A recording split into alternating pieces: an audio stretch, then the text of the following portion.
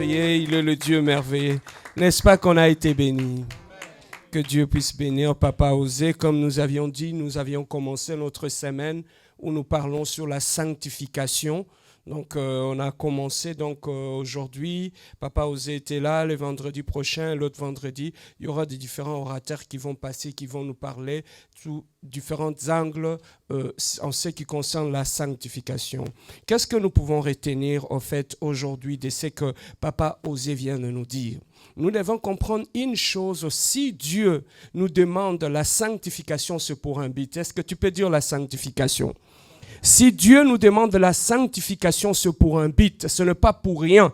Ce n'est pas juste pour amuser la galerie que Dieu nous demande de vivre ou de marcher dans la sanctification. Mais quel est le but, Pasteur Serge, exact pour lequel Dieu nous demande de vivre, de marcher dans la sanctification? La première des choses que nous devons savoir par rapport à ce que Papa Osée vient de nous dire, en ce qui concerne la sanctification, lorsque nous rentrons au début de la Bible, nous comprenons une chose. Dieu, lorsqu'il avait créé l'être humain, il a dit, créons l'autre humain à notre image et ressemblance. Ça veut dire des choses. Créons l'homme à notre image et créons l'homme à notre ressemblance. Donc, dans l'homme, il y a l'image de Dieu. Dans l'homme, il y a la ressemblance de Dieu. Alors, lorsque nous voulons parler en ce qui concerne l'image et la ressemblance de Dieu, Dieu est saint. Est-ce que tu peux dire saint? Dieu est puissant. Il est saint.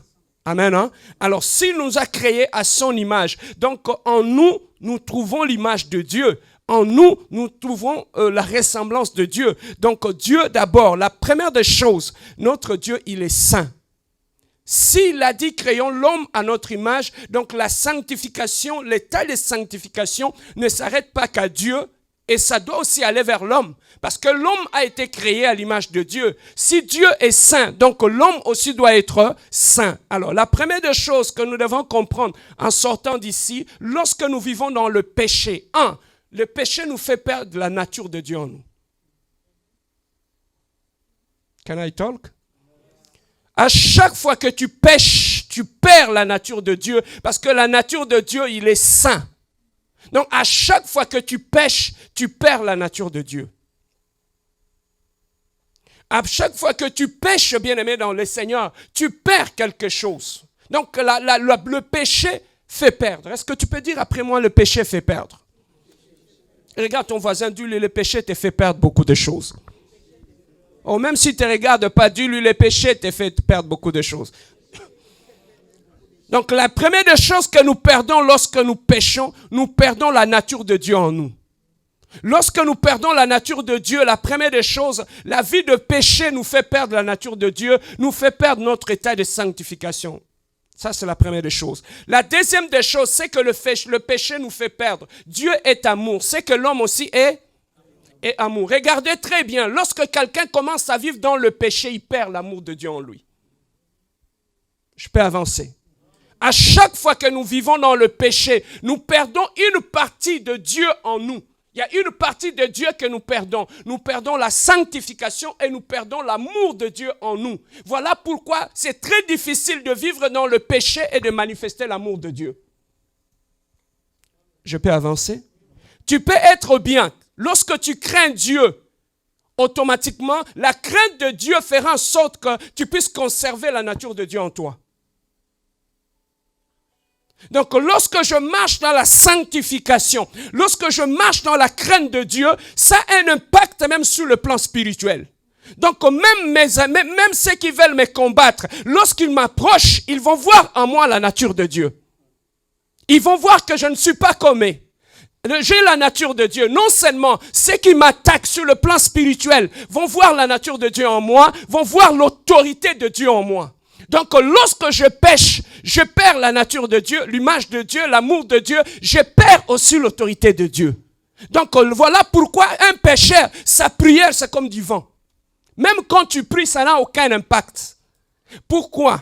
Parce que ce monde est régi par des principes et des lois. Dieu a régi ce monde avec des principes. Le diable ne peut pas venir t'attaquer ou rentrer chez toi s'il n'y a rien en toi qui lui donne le droit légal d'entrer dans ta vie. Donc la première des choses, lorsque tu choisis de vivre dans le péché, tu donnes au diable le droit légal d'entrer dans ta vie, de contrôler ta vie et de posséder ta vie. Allô? Donc là où tu habites dans ton quartier, s'il y a une association de sorciers dans Henri Bourassa, sache que quand tu vis dans le péché, tu es sous l'emprise de cette association. Ils peuvent rentrer chez toi quand ils veulent faire ce qu'ils veulent. Je peux avancer?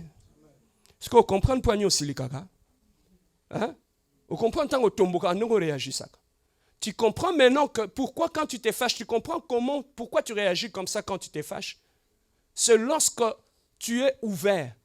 Un homme spirituel, lorsque tu ne marches pas dans la crainte de Dieu, quand il te regarde comme ça, il te voit ouvert. Il n'y a rien qui va l'empêcher de te contrôler. Il n'y a rien qui va l'empêcher de te détruire. Voilà pourquoi, bien-aimé, la sanctification nous donne la supériorité et l'autorité de Dieu en nous. Parce que lorsqu'un homme qui est saint, il prie, sa prière a un impact par rapport à un homme pécheur. Voilà pourquoi la Bible nous dit, en tout lieu, en toute occasion, élevez de mains qui sont pures et un cœur qui est pur. Parce que Dieu exauce uniquement une seule prière, la prière qui vient d'un cœur pur. La Bible nous dit, la prière du juste est efficace. Donc, lorsque tu choisis de vivre dans le péché, la première des choses que tu attaques toi-même dans ta vie, tu t'affaiblis toi-même. Dans le monde physique, quelqu'un peut aller faire du mal là-bas. Il se cache, personne ne te voit. Quand tu viens ici, tu es calme, non? Tu peux aller tuer un homme dans le coin. Quand tu rentres ici, qui le saura si tu ne le dis pas? Mais dans le monde spirituel, rien n'est caché. Tout est ta vie. Donc, quand tu te tiens devant le sataniste, il voit en toi que tu es ouvert. Voilà pourquoi, bien-aimé, quand tu es un enfant de Dieu, c'est dans ton avantage de vivre dans la sanctification. Parce que la sanctification garde la nature de Dieu. Même la sanctification va même empêcher à Dieu de te protéger. Est-ce que tu sais ça? La sanctification. Pourquoi? La Bible dit, le diable, il est l'accusateur de nos frères. Le diable sait qu'il a été précipité sur la terre. C'est parce qu'il avait brisé les lois au ciel. Et il avait été précipité. Donc il était le premier à pécher, n'est-ce pas? Alors, quand il est descendu sur la terre, le seul fait qu'il te voit attaché à Dieu, ça lui suscite la jalousie. Et cette jalousie-là, c'est ça qui fait qu'à chaque fois que tu pêches et que Dieu veut te bénir, c'est lui qui vient et dit, mais papa, tu es un Dieu d'ordre, non? Tu es derrière ta parole pour l'accomplir. Mais alors, lui c'est un pécheur. Comment tu peux bénir un pécheur? Même Dieu qui voulait te bénir, parce que Dieu ne peut pas contredire sa propre parole. La faiblesse de Dieu, c'est sa propre parole. C'est ça la faiblesse de Dieu. Donc quand Dieu, tu lui présentes sa parole, il ne peut pas sauter sa parole. Il s'incline devant sa propre parole. Et c'est ça qui fait que lorsque Dieu a dit que celui qui ne peut qu'être béni, c'est le juste. Mais lorsque toi tu commets le péché, tu empêches à Dieu de te bénir. Même quand Dieu veut faire quelque chose, le diable vient. Voilà pourquoi on l'appelle l'accusateur de nos frères. Donc quand tu veux faire quelque chose, tu vois dans ta chambre là, quand tu pries, tu demandes des choses à Dieu. La prière monte. Lorsque la prière monte, le diable écoute. Et c'est lui qui combat tes prières. Il dit, mais papa, cette personne ne remplit pas les conditions que tu as dit. Il ne remplit pas les conditions. Regardez, Dieu a dit aux disciples, dans chaque maison où vous irez, dans chaque endroit où vous serez, où on va vous recevoir, laissez la bénédiction dans cette maison-là. Il a dit à ses disciples, vous irez propager la bonne nouvelle. Mais lorsqu'on vous recevra dans une maison, laissez la bénédiction dans cette maison. Mais Dieu, Jésus-Christ, elle a dit, ne laissez pas la bénédiction à n'importe qui. Laissez la bénédiction à un fils de paix. Donc celui qui vit dans la paix, c'est à lui que vous allez laisser la bénédiction. Maintenant, quand toi tu sèmes de troubles, même quand le pasteur veut te bénir, le diable va dire que lui, il n'est pas un fils de paix, il n'est pas une fils de paix, même quand la prière, il bloque la prière. Donc, lorsque tu vis dans le péché, tu te fais toi-même mal. Lorsque tu vis dans le péché, quand tu dors, tu ne peux pas être sous la protection de Dieu. La porte est ouverte, la brèche est ouverte, le diable peut rentrer faire tout ce qu'il veut. Lorsque tu vis dans le péché, tu donnes un droit légal aux sorciers de ta famille de te détruire. Tu t'es jamais posé la question, tu viens ici prier, tu rentres à la maison, tu pries avant de dormir. Mais lorsque tu dors, le diable arrive quand même à rentrer dans tes songes. Tu vois des maris de nuit, tu vois des femmes de nuit, tu vois des choses comme ça, non? Ça veut dire que dans ta vie, il y a quelque chose qui donne encore au diable un droit légal d'entrer dans tes songes, d'entrer dans ta vie. Pourquoi? Parce que la Bible nous dit, lorsque les saints sont sur leur couche, ils dorment, c'est Dieu qui se révèle en eux. Ce n'est pas le diable. Mais pourquoi le diable vient te visiter quand tu dors? C'est parce qu'il y a quelque chose dans ta vie qui donne encore un droit légal à l'ennemi d'entrer dans ta vie. Non, aussi longtemps que tu n'enlèveras pas ça dans ta vie, le diable continuera à avoir un droit sur ta maison, dans ta vie et dans tout ce que tu fais. Donc, pour couper court à l'action de l'ennemi, qu'est-ce que Dieu a prévu? Il a prévu ce que Papa Osée vient de nous dire, la repentance. Lorsque tu tombes dans le péché et que tu te répands, tu sais ce que tu fais? Tu retires au diable le droit de te contrôler. À chaque fois que tu demandes pardon, après avoir péché, tu retires au diable le droit de te contrôler. Voilà pourquoi la sanctification doit être une respiration pour les chrétiens. N'attends pas que tu pêches le matin pour aller demander pardon le soir avant de dormir. Donc, à la minute où tu pêches, c'est à cette minute-là que tu dois te repentir et demander pardon à Dieu. Pour terminer, mais qu'est-ce qui peut faire en sorte que tu saches que tu es réellement un enfant de Dieu et que Dieu est en toi? Bien-aimé, un vrai enfant de Dieu, lorsqu'il pêche, la tristesse. La tristesse. Lorsque après avoir péché, tu ne sens pas la tristesse, il y a un problème. Un vrai enfant de Dieu, lorsqu'il commet quelque chose de mal, il sent en lui la tristesse. Papa, Dieu a donné à l'homme ce qu'on appelle la conscience. La conscience, c'est cette voix intérieure qui te parle lorsque tu fais du mal. Il te dit, ça que tu as fait, c'est mal. Ça, c'est pour chaque être humain. Les animaux n'en ont pas. Mais les animaux ont l'instinct. Mais nous avons la conscience. C'est ce juge-là intérieur qui te dit, ça c'est bien, ça c'est mal. Mais maintenant, au-delà de ça, lorsque tu deviens un enfant de Dieu, tu as le Saint-Esprit. La Bible dit, lorsque le Saint-Esprit viendra, il vous enseignera sur toute chose. Donc, quand tu tombes sur le péché, ce n'est pas un homme. Papa, Dieu est amour, hein, Yaya. Lorsque tu fais du mal dans ta vie, Dieu a prévu que ta nudité, ta saleté, que les gens qui sont dehors ne puissent pas le voir.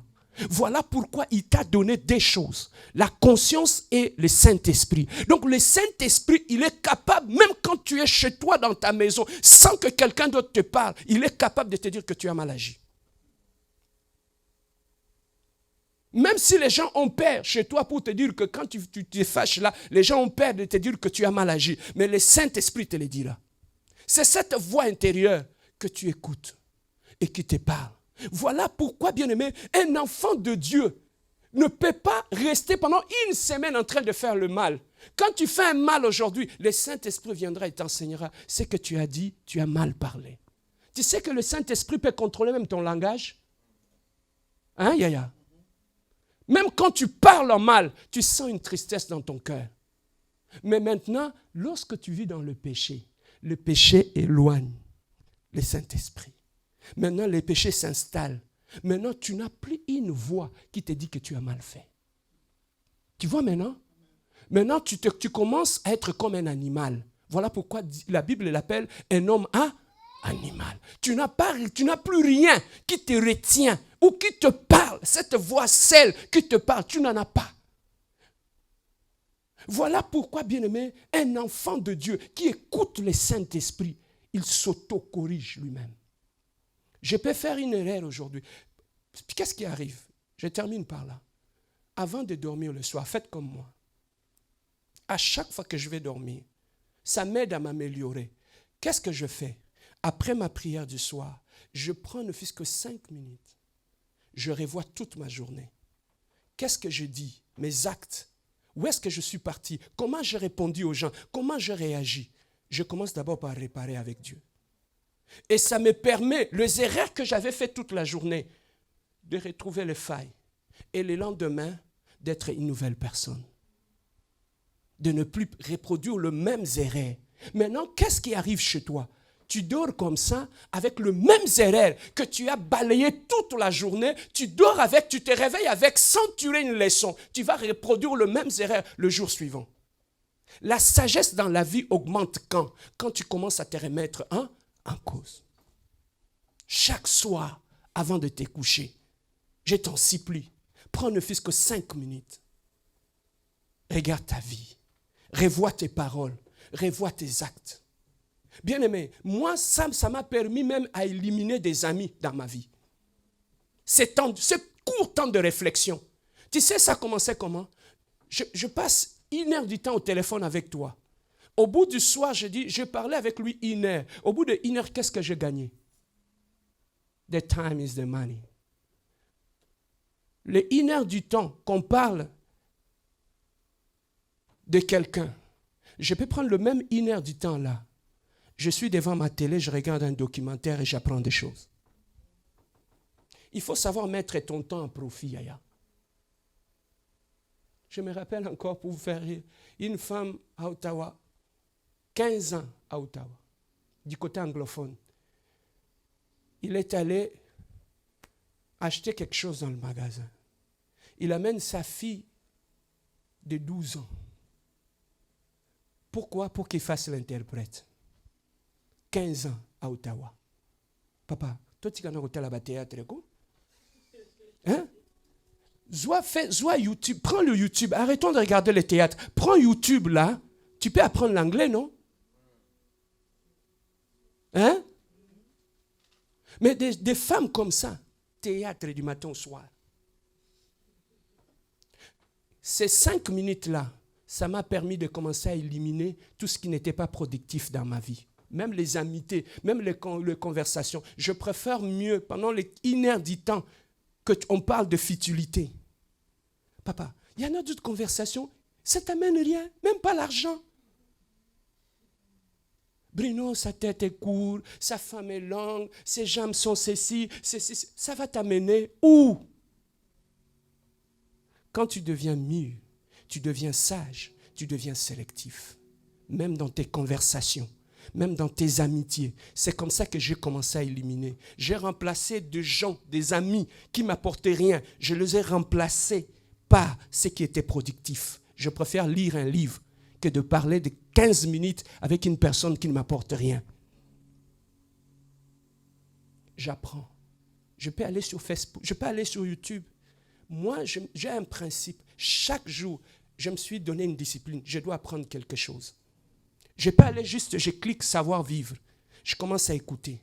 Je commence à lire. Ça me permet à m'améliorer. Papa, tu dois te construire dans la vie. Lève-toi, nous allons prier.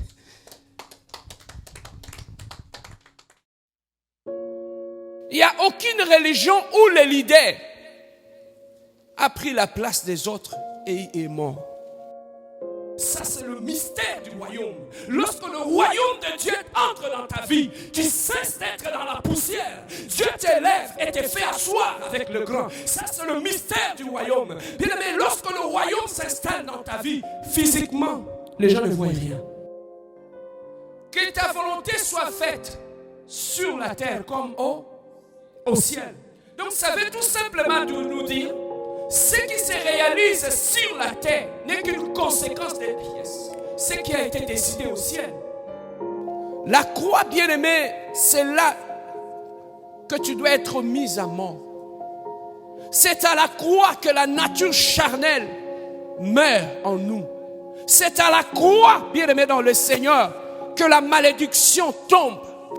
Et une fois que Dieu vous a sauvé du monde, parce que personne ne vient dans le Seigneur par lui-même, sans que Dieu l'appelle. Donc le salut, c'est un appel. Donc par ta propre force, tu ne peux pas venir au Seigneur. Tu as été appelé d'une manière ou d'une autre. Et lorsque tu as reçu l'appel, le premier appel que nous recevons dans la vie chrétienne, c'est l'appel au salut.